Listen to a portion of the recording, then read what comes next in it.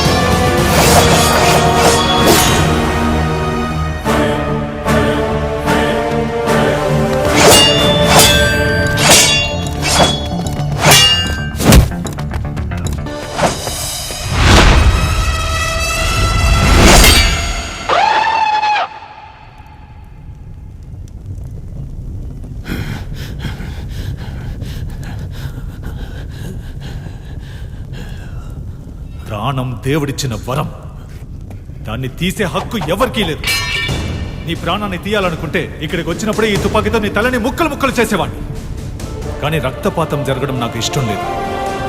రాజుగారి వర్ధిల్లాలి అనే మాట వింటూ సింహాసనంపై కూర్చోవాలన్న కోరిక నాకు లేదు.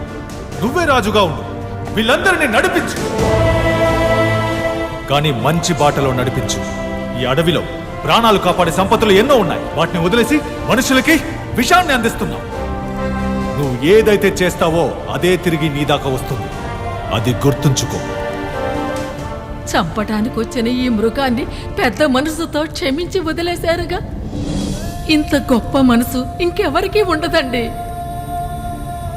మీరే నిజమైన దేవుడు, దేవుడు మీరు. జై బజరంగే! జై బజరంగే!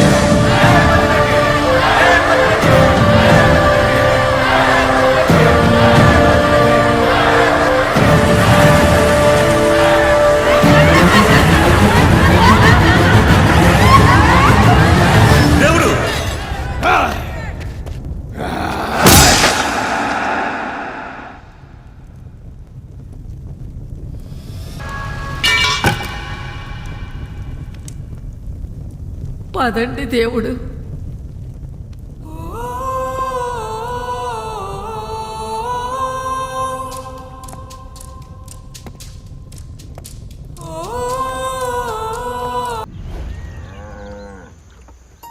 ఎంతో మంది ప్రాణాల్ని కాపాడిన ఆ ప్రజలకి వాళ్ళు చేసే సేవలకి ప్రత్యుపకారంగా ఏదైనా ఇవ్వాలని వైద్యులు వాళ్ళకి బహుమానాలు ఇవ్వడం మొదలెట్టారు.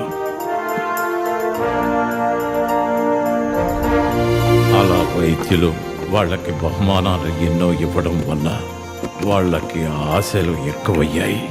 ఈ బహుమానాల మీద ఆశ పెరిగి వాళ్ళు చేయాల్సిన కర్తవ్యాన్ని కొద్ది కొద్దిగా మర్చిపోవడం మొదలెట్టారు. వాళ్ళ ఎదురు చూపులు అత్యాశగా మారి ఆ ఆశలకు అలవాటు పడి ప్రతిరోజు ఎదురు చూడడం మొదలెట్టారు. తినడానికి ఏం తీసుకొచ్చారు? తీపిగా, కారంగా ఏమీ తీసుకురాలేదా? మాకేం తేవాలో తెలియలేదు, అందుకే. సరే తీసుకెళ్ళండి. అక్కయ్య నచ్చిందా?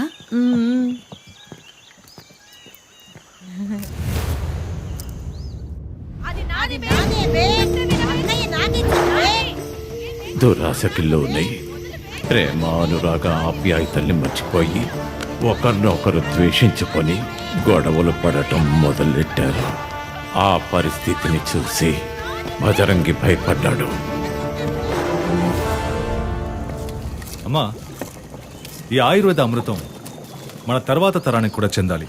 ఇవన్నీ రాసి పెట్టండి. మాకు చదవడం రాయడం ఏమీ రాదు దేవుడా. సుధీంద్ర, దేవుడు, నువ్వు రాసి పెట్టు. నేనా? చూడు, విద్య అయోగ్యుడి దగ్గర ఉంటే అపాయం, అదే యోగ్యుడి దగ్గర ఉంటే సంపత్తు. వాటిని తాళపత్ర గ్రంథాల్లో రాసిపెట్టు, శాశ్వతంగా ఉంటుంది. మీరు చెప్పినట్టే చేస్తాను దేవుడు.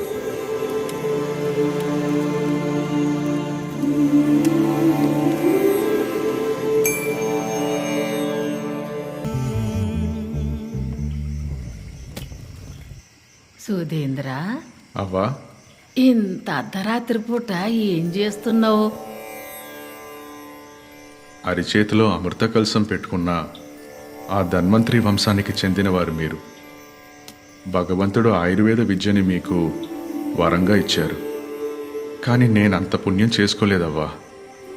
పూర్తిగా కాకపోయినా మీ విద్యలో కొంచెమైనా నేర్చుకోవాలన్నదే నా ప్రయత్నం. మీరు మమ్మల్ని దేవతలు దేవతలు అంటున్నారు. ఒకవేళ అది నిజమే అయితే మాకంట ఎక్కువ శక్తుల్ని ఆ దేవుడు మీకు ఇవ్వాలని మనస్ఫూర్తిగా కోరుకుంటున్నాను బాబు. చాలా సంతోషం.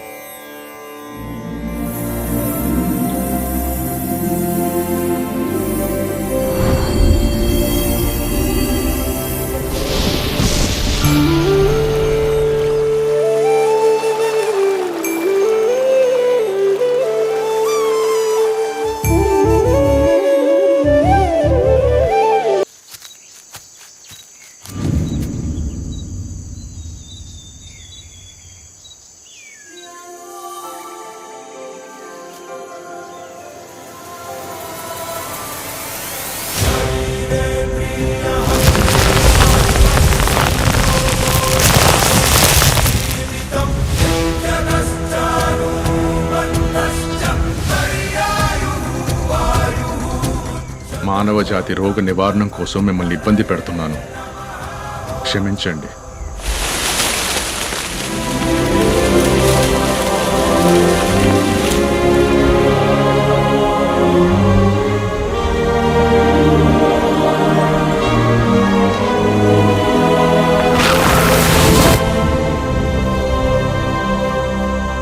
సుధీంద్ర,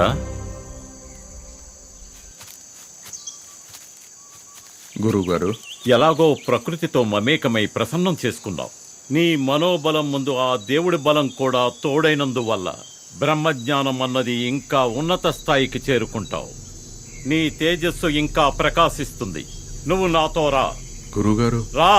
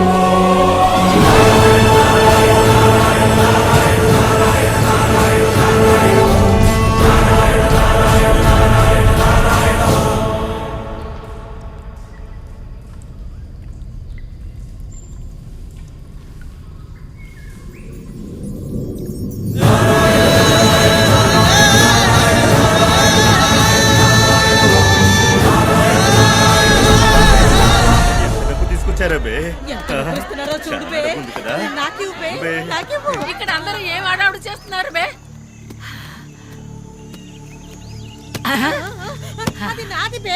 ఎందుకు తల్లి? లేదమ్మా, వాళ్ళే కావాలన్నారు. కూలి తీసుకుంటున్నా ఊరికే ఉండిపే. పాపాత్మలుగా ఉన్న మనల్ని పుణ్యాత్మలుగా చేయటానికి వచ్చాడే ఆ దేవుడు. పాపాలు చేసుకుని మనసు కలుషితం చేసుకోకండి. దేవుడు బాధపడతాడు. దేవుడు కూడా కొంచెం నైవేద్యం పెట్టేద్దాం బే. కిమరా ఆ, మరి మన సుఖానికి అడ్డుపడ్డానికి అతనెవరు? జీవితాంతం ఒకరి కింద పనిచేస్తూ బానిసలుగా ఉండి అలాగే చచ్చిపోవాలంటావా? మనం గొప్పగా బతకూడదా? మన చేత అన్ని పనులు చేయించుకుని వాళ్ళు కిరీటం పెట్టుకుని తిరిగితే సరిపోదు. మన కష్ట సుఖాల్లో కొంచెమైనా పాలు పంచుకోవాలి. మీరు మందు తీసుకెళ్ళండి. ఏయ్ నడు బే నడు. పదండి బే.